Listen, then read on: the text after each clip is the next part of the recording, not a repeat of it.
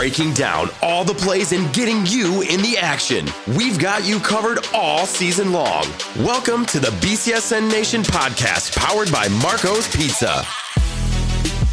Ladies and gentlemen, boys and girls, welcome into episode number 6 of the BCSN Nation Podcast, powered by Marco's Pizza. Season 2, we're back. We're officially through halfway of the regular season of the 2023 high school football season. So, joining with me, as always, we got Justin and Mike Robb. Mike Robb, I want to get your hot take right now. Week 6, what is your hot take? Hot take, Central Catholic won't lose this week. They'll beat St. Ignatius. Another hot take, watch out for the Scott Bulldogs. Okay, all right, Justin, what's your hot take? What do we got? Prove it. I'll give you 2 words. I think you asked for 3 words last week. 2 this week. Prove it in the NLL, Buckeye and Cardinal. Anthony Wayne, Finley, Perrysburg, Whitmer, Cardinal, Southview, BG, Clay, and Fremont, Ross. You got to prove it on the field. Contenders on both sides of the division. Let's see on the field who is the top contender. All right. Well, we're going to find out. Coming up on today's show, we've got our takeaways here through the first 5 weeks, through the first half of the regular season here for the 2023 high school football season. We're also taking a deep dive into Marc Nave's Player of the Week performance on that offensive line. We're taking a look at the connection between Josh Takats and Gavin Fenneken on the field for Perrysburg. It's been fantastic this year. We've also got our Game of the Week preview, taking a look at Anthony Wayne at Whitmer, and so much more coming up on today's show. Make sure you tune in to each and every episode Wednesdays at 4 p.m. on BCSN and on all of our podcast platforms. That's Apple Podcasts, Spotify, Amazon Music, Google Podcasts, iHeartRadio, and bcsnnation.com/podcast. And also make sure you stay up to date with all of our content on BCSN on our social media, Twitter, Facebook, Instagram, TikTok, and YouTube at BCSN Sports. Don't miss us out on there. All right, let's get this started off today. I want to talk about, we're through halfway of the regular season. Mike Robb, we've got 5 games down. We've got teams that are winning. We've got teams that are losing. What are your biggest takeaways from a player, team, conference, whatever the case may be, so far through halfway? You know what? I'm really impressed with Perrysburg and how well they've played all season, just from, coming back from, losing one Takats to finding the other one, and just finding, rhythm offensively and defensively. So I'm very impressed with them. And then also I'm looking at Lima Senior. This is a team that's shocked a little bit. They've won a couple big games, and I think they're a team to watch here in the City League. Justin, what are you thinking? I got a variety of thoughts here. Sure. The 2 big, long winning streaks. Central Catholic has won 20 in a row. Yeah. Whiteford has won 18 in a row, defending state champs in their respective states in Michigan and Ohio. So they have been the clear-cut teams to beat. So they've met expectations coming into the year. Some other teams who have met expectations: Ottawa Hills, Oak Harbor, Liberty Center, as we extend outside of the hyper BCSN footprint area in Toledo. All those teams have really dominated in many respects, aside from Ottawa Hills when they took on in a Game of the Week live on BCSN against Whiteford, who we just mentioned, 18 in a row defending state champs. And then NLL parity in the fact that gauntlet weeks for a lot of teams that I mentioned at the top of the show here, from week 6 all the way through 10, and really 6, 7, and 8 are very, very, very crucial for the teams like Whitmer, Anthony Wayne, Finley, Perrysburg, Southview, BG, Clay, Fremont, Ross. We're going to find out a lot about those teams. They've been tested. Many of them have been tested through the first 5 weeks, but they are really going to be tested here in contention for the title within the Buckeye and Cardinal division. And then the City League, who not only wants it, but who needs it. Yes, you brought up Lima Senior, but in the 6 Toledo area teams within the City League, who wants to rise up? Who wants to really need a win? I like that thought, and I would say I think it's Start right now. Who's looking to rise up and big loss and becoming obviously it was a big loss. I mean, that's an uphill battle for a City League team in general, where you don't have a freshman team, you don't have a real JV team, you don't have a pipeline. So going up against a team like NLL team that has a pipeline of youth programming and things like that, they should win games like that convincingly. And if they don't, then it's a problem. And you mentioned Scott at the top of the show. Yep. Scott has already lost to Start. They were a little bit injured. We talked about Carnell Smith Jr. and his shoulder injury earlier on this podcast during the regular season. What makes you say look out for Scott then? Well, because Haynes Haynes, he has not played a single game yet all season, and this is the X factor. He was their big-time running back last year, and he should be getting back. Carnell Smith has been a little bit dinged up a little bit over the past few weeks since the St. Francis game, and now once they get Mr. Haynes back, he changes the whole dynamic of this football team completely. He is one of the most dominant running backs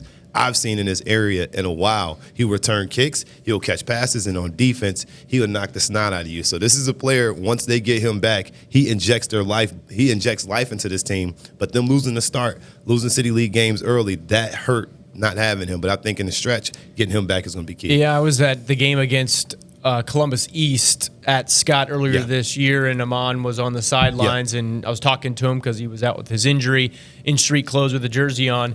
And he said it's been frustrating to see all of his classmates and teammates out there doing their best to get wins, and he's just stuck. But, he was hopeful that he could get back and make an impact, like you said. All right, well, we'll see what happens moving forward here in the second half of the season. We've got a whole slew of high school football action coming up here very, very soon here on BCSN, so keep it locked here to us. We've got it all covered for us. All right, let's jump into our Charlie's Dodge Chrysler Jeep Ram Player of the Week.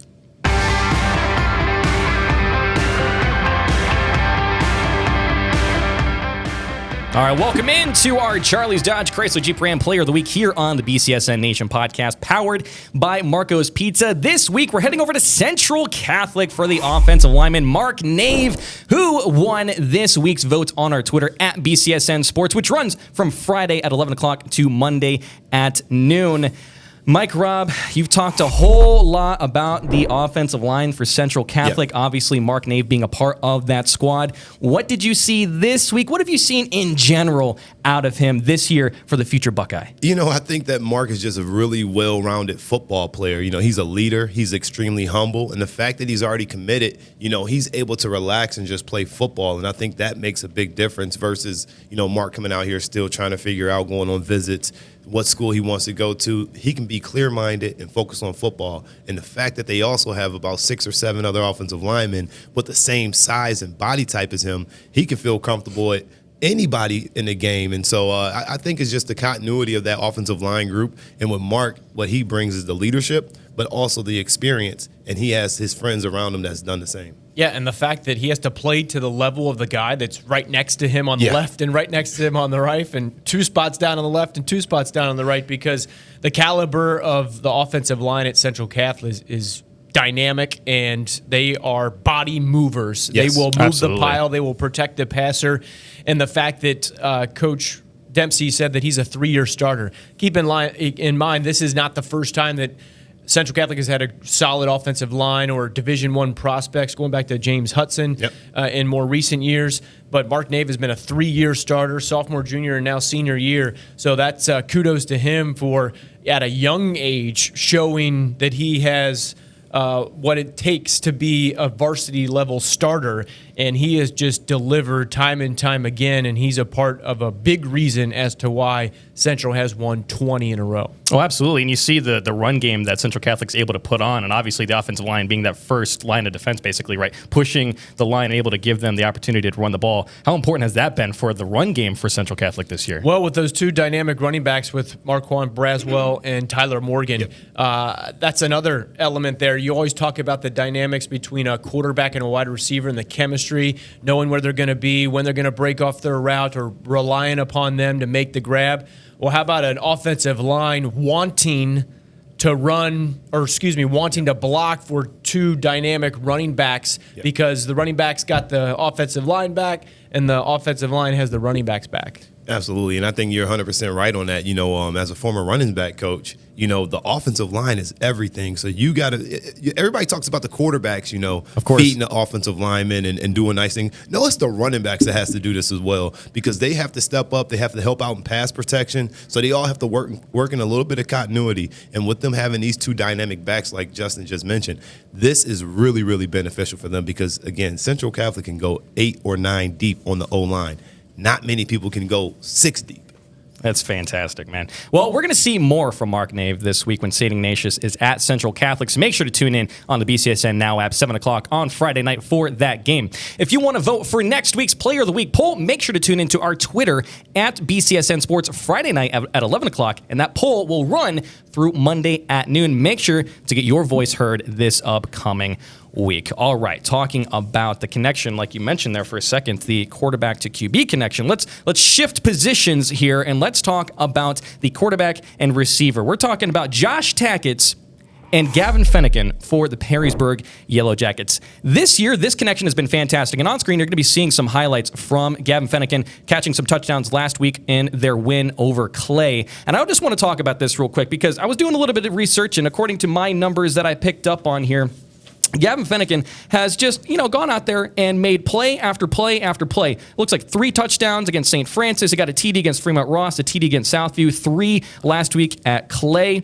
And the thing that I noticed with all of these plays from Gavin Fenneken is his ability to either create space or make a play on the DB. I mean, what is the importance from a QB perspective having a really reliable receiver like Gavin Fenneken, Justin? Yeah, I think I heard it during Game Day Nation with Mike Jewell and Mike Robert breaking down some of these plays, and Mike Jewell said, our best against your best, we think our best can beat your best. Yep. And that's exactly what Gavin Fenneken has done, not only to Clay, but many other teams that you just listed off. 21 catches, 351 yards, and 8 touchdowns. So he's averaging 4 catches, 70 yards, and 1.6 touchdowns per game. But keep in mind that Perrysburg has blown out 3 teams. So in the second half, a lot of backups have been playing. So those statistics could be even more, and I think they could be even more. Yes, the competition rises in the next few weeks for Perrysburg, and specifically weeks 7, 8, and 9, and 10. But Gavin Fenneken, I actually did a top recruit segment that will air on Game Day Tailgate later this week on Friday night at 6:30 on BCSN. But the fact that he has really grown into the role. He was the number 2 wide receiver last year behind Jack Bohr. He's stepped up, and that's exactly, if you're a coach, Mike Robb, that's exactly what you want, to have guys learn. Okay, now it's your time to shine, and Gavin has done that, and they got a great relationship with Josh Takats and Gavin Fenneken. They know they can rely upon each other, and that's led them to a 5-0 start and a top 10 ranking in the state in Division I. Yeah, I agree with you. I mean, everything you said is 100% correct, so there's no disagreement on this side, but when you're looking at that Clay game and that performance there, they picked on the same cornerback. They thought this was their best guy, number 36, I'm not sure who he is, but anyway, he got hit topped all 3 of those plays. So it was something that they saw in the playbook that the offensive team, Dirk Connor, his coaches, they want to go after that guy. He did not have great ball skills, and you can see the continuity between the quarterback and receiver, how they got to the ball, where the defensive back, he couldn't see the ball. He didn't know where it was at. He didn't even know the ball was in the air, and it was just so easy for Fenneken to slam dunking on his head each and every time. So it was beautiful, nice play, but again, it's the offensive line. Again, we got to give these guys credit for giving protection, but also leaning on these defensive players, making them think there's going to be run with Orals. You said slam dunk.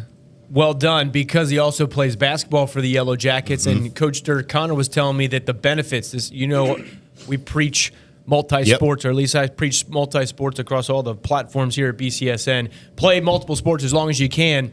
And why is Gavin so good at getting those balls, those jump balls, 50-50 balls? Because, hey, when you're going up for a rebound, you got a body on you on the basketball court. So all these different things, the lateral quickness, the jumping ability, all that type of stuff transfers from one sport to another, and you see it shining. It is on display. Everybody out there, all you kids out there who play one sport or 2 sports, go play another one. Go play multiple sports and go figure out ways to get better, become more athletic, so you star and you get better and you improve across multiple sports. I'm gonna take your point and say this: basketball players specifically, go play football. Don't be scared about getting hurt. Go play football. Y'all see Fenneken out there. Exactly. Right. You heard it here.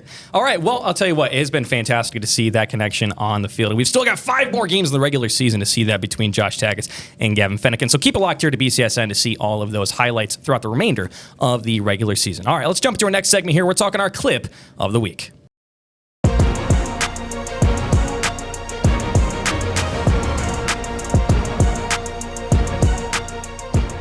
All right, welcome into our clip of the week here on the BCSN Nation Podcast, powered by Marco's Pizza. Hopping into a clip from Bowling Green this week. We talked about it last week, how they've been killing it on the ground, and they just did it again this past week in this game against Northview. Here, as we take a look at this highlight here from Jackson Schaefer, this touchdown right here ended up basically securing the win for Bowling Green over Northview. They ended up missing the two-point conversion, but so did Northview, so they were able to get this touchdown and outlast Northview at the end here. But something that I noticed here from Jackson Schaefer with this touchdown grabs, he took the pitch to the right, he gets stuffed, spins left, just breaks two more tackles and takes it to the house. Mike Robb, what are we seeing here? I mean, all I'm seeing is poor tackling right here. Body leverage. I mean, you got 1, 2, 3, 4, 5 missed tackles. Guys aren't, you got to get in the weight room. You got to make sure that you wrapping up, driving with your lower body and hanging on to Schaefer. Schaefer has been dominating all season, so I'm sure they saw it on film and knew what he could do. Offensive line, they merely did their job, and the rest was just all Schaefer. So that's the big thing that I'm seeing here is tackling is poor on the situation, and they can correct it. You just got to get a little bit body on there and drop them legs. But Schaefer, nice job. Yeah, go for the legs. Here's what I will also piggyback off of what you're saying, Mike Robb. Look at the score here. Fourth quarter, 4:49. Yes. With the running game that Bowling Green utilizes, they wear you down. Absolutely. And Northview, it's on display, full display right there. They are worn down at this point in the game because of that running attack. They're just going to push it and push it and push it. And yes, it's poor tackling, but it's poor tackling as a result of being on the field for a long, long time over the course of 4 quarters against Bowling Green.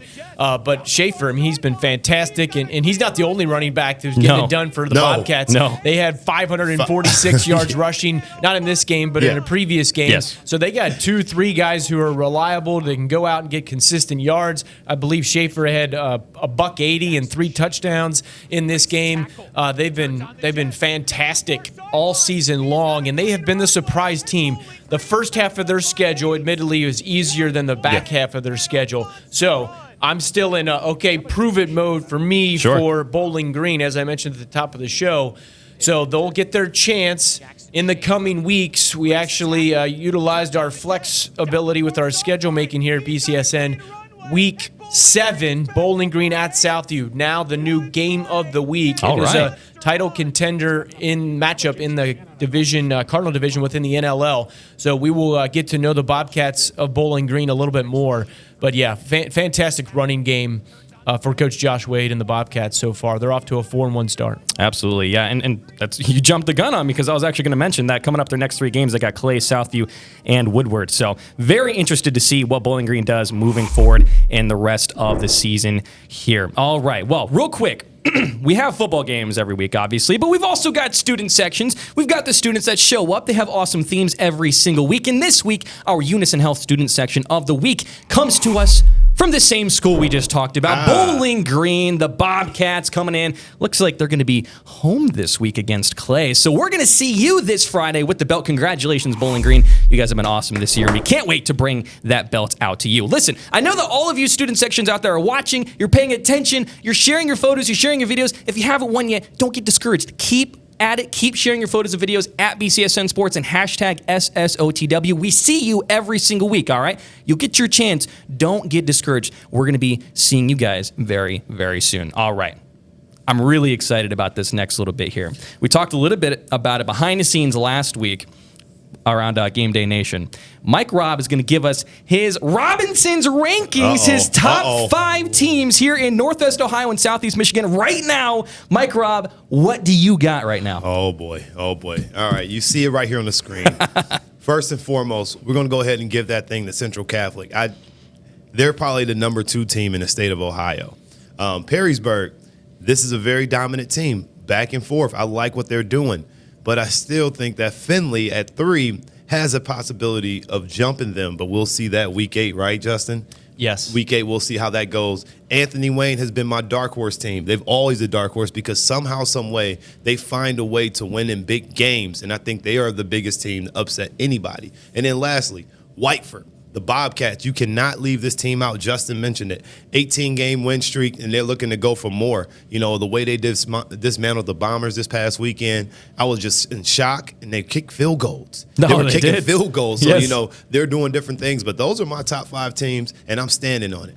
Yeah, Justin? I'm not going to disagree. All great choices. I kind of compiled my own little list here. I don't have the alliteration, the Robinson rankings, but That's all right. But I agree with it. We're going to have to make this a segment if it's not already on Game Day Nation. I like it. I love alliteration. But Central Catholic, Whiteford, Perrysburg, Anthony Wayne. I'll throw Ottawa Hills in the mix there. Okay. Yeah. Fully aware, full disclosure. We know that Central Catholic would beat Whiteford just due to the size of the schools, but we got to spread the wealth and we got to acknowledge, okay, how good are you against the like caliber competition? And Whiteford has proven time and time again that they're top ranked. Yeah, agreed. And that's why you got to throw them in there again. I think Perrysburg will probably handle them. I think all 4 teams in front will probably handle them pretty well. That's why they're in the 5th spot. Sure. Yeah. But, you know, you put them up against a Whitmer, you never know what happens. I would like to see that. Whitmer, go schedule Whiteford next year. Yeah, and a number of other teams just to throw some flowers their way. Sure. Central, Whiteford, Liberty Center, Perrysburg, Oak LC. Harbor, Anthony Wayne, Patrick Henry, Whitmer, Findlay, Perkins, Logan Lesh fan over Absolutely. there. I know that. Ottawa Hills and Macomb, just some of the top 10 plus teams in the area who will be tough outs once we get to the postseason because they've already proven it through 5 weeks. And Justin, you just gave me another thought. Maybe we can do a big school ranking and a small school ranking. Oh.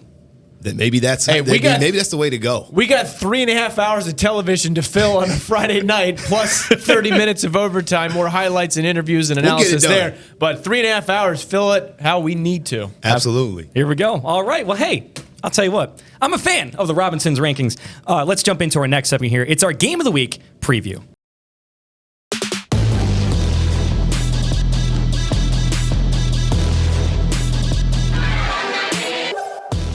All right, welcome to our Game of the Week preview brought to you by Dunn Chevy in Oregon. Here on the BCSN Nation Podcast powered by Marco's Pizza. Coming up this week, Friday, 7 o'clock on the NLL Network, we got Anthony Wayne, the Generals, on the road at the Whitmer Panthers. The location for game day tailgate, certainly going to be a fantastic time out there at Whitmer. We got Anthony Wayne coming into this game 4-1 on the season, coming off of a huge win over Start last week, 77-6. Whitmer 3-2 on the season, coming off a very close and tough matchup with Southview, getting the win 35-28. So Justin, going into this big matchup here this Friday, what are we looking at? Matchups, the key words, Brendan. You got Carter Lowe, offensive lineman on Whitmer. You got Dylan Robinson, offensive lineman for Anthony Wayne.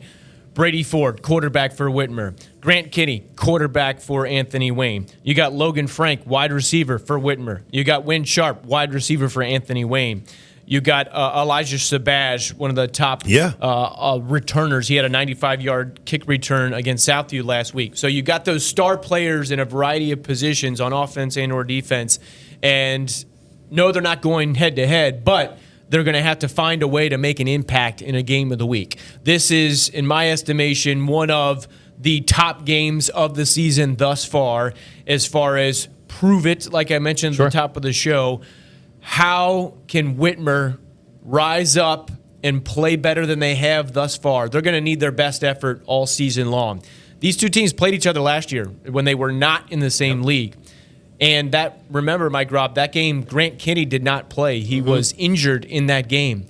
And Anthony Wayne still beat him. And they took it to him and had a sizable lead at Anthony Wayne. And I was speaking to Coach Ken Winters from Whitmer earlier this week, and he was telling me, and this was interesting, and I know it's come up with Aaron Rodgers with his injury on field turf back in week 1 in the NFL. He said Whitmer is so used to playing on synthetic field turf that when they go and play on regular grass like they did last week against Southview, if the grass is a little wet, it causes some issues. You slip. You might a little slip. It's not necessarily fundamental wrong, but you slip, and that leads to a big play from the other team or vice versa.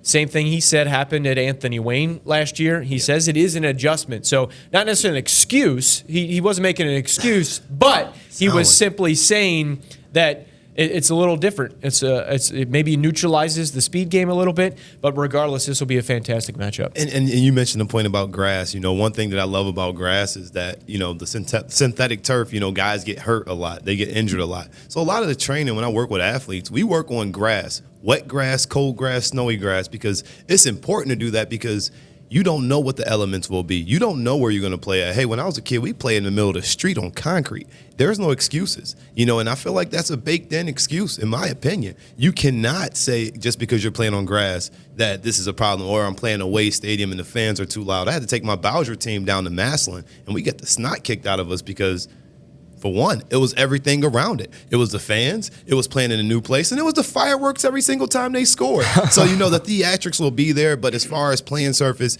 any day, anytime, my team should be ready to play, no matter what time of day, what surface is on. That's what has to happen. And this game right here is a coaching game.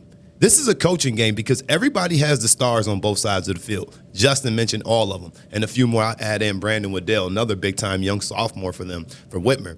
They got to come out here, and Anthony Wayne, they coach football.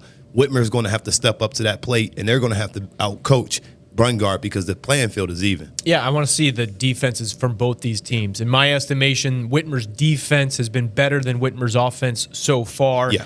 And then Anthony Wayne traditionally has had one of the best defenses in the area. We've seen them throw shutout streaks. Oh, yeah. Not Yes. just a game here and there, just shutout streaks. But so far this year, they've given up 34 points to Hilliard Darby. That was the most points they gave up all season long.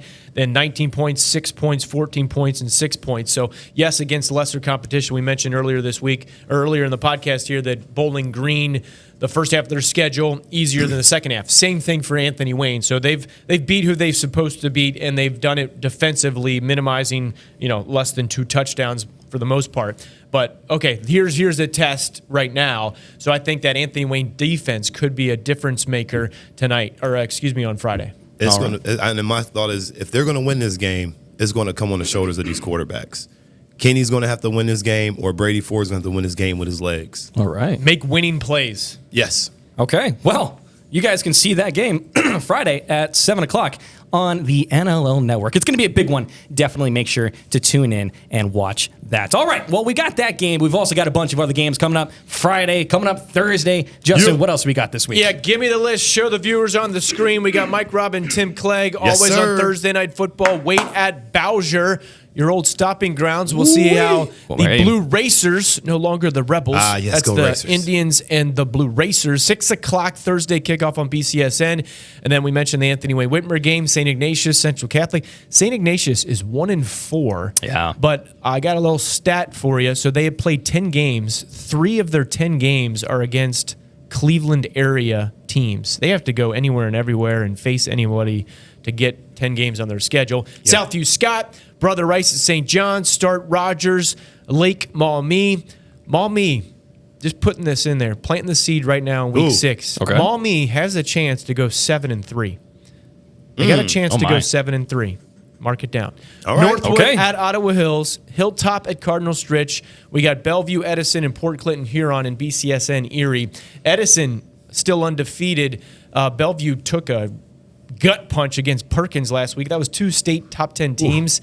Perkins shut them out. 40-plus points on them. Oh, my God. So they got a wake-up call there.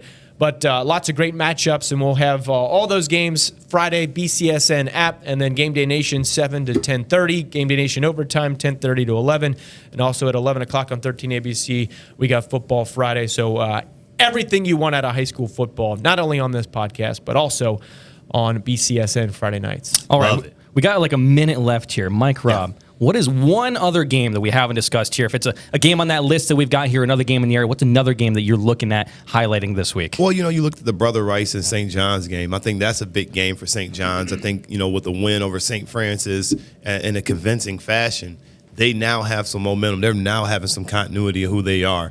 Brother Rice, they've lost to St. Francis. They lost to some other teams. I don't want to see St. John's take a step back. I want to see them take a step forward and win that game. And that way they got a little bit more confidence because Paulowitz, their quarterback, has done an excellent job of just kind of taking over the role with Hammock being injured a little bit. They're trying to find it. They got a running back that's 250 pounds, and with them pounding guys down the middle of the field, that's something that they're going to have to kind of rely on. And I think Coach Mack does a great job defensively, and they're never out of games, but this is one that they got to show up in and win. Yeah, I 100% agree. And Paulowitz was ecstatic after the performance that he had. First opportunity to start a game at the Glass Bowl in a rivalry game. So it was good for them. And I mentioned that I thought that they could get a 3-game winning streak going here prior to the game next week against Central Catholic. But yeah, St. John's has done it. They got to win games now. They're going to be challenged in that the latter stages of the schedule, and then trying to get into the postseason, fighting for a potential top 8 seed to get a first-round home game. It's going to be a battle for them. All right. Well, you guys can tune in to BCSN all the time here for the remainder of the regular season here, 2023 high school football season. We'll be back next week on the BCSN Nation Podcast, powered by Marco's Pizza at 4 o'clock. Make sure to tune in or listen to us on our podcast platforms. There's a 3-shot. We are getting the 3-shot. We're throwing the ball. One hand. Oh, man. Feldcaptain Robinson, touchdown. Here we go. We'll see you guys next week. Make sure to tune in. Thanks for stopping by.